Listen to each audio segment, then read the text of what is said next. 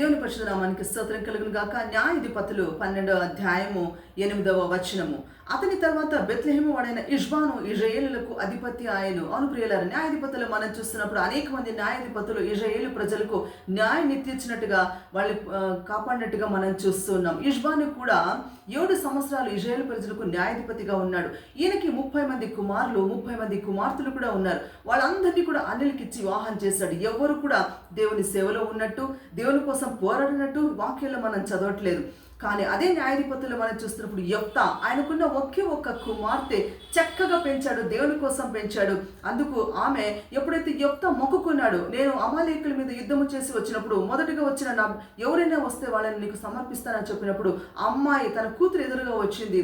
అయినప్పటికీ కూడా తన కూతురు వెనక జరగకుండా దేవుని కోసము ఆమె బలి అవ్వడానికి కూడా సిద్ధమైంది. కానీ యెహోవా దేవుడు, మన దేవుడు బలిని కోరడు కాబట్టి ఆమె శాశ్వతంగా వివాహం చేసుకోకుండా దేవుని సేవకు సమర్పించుకుంది. అవును ప్రియులారా, ఈరోజు మనం కూడా మన బిడ్డల్ని కానీ మన జీవితాన్ని దేవుని కోసం జీవిద్దాం, దేవునికి సమర్పించుకుందాం. ఆయన కోసం ఈ లోకంలో జీవించినట్లయితే దేవుడు మనల్ని, మన కుటుంబాన్ని, మన పిల్లల్ని కూడా దీవించి ఆశీర్వదిస్తాడు. దేవుడి వాక్యాన్ని దీవించును గాక. ఆమేన్.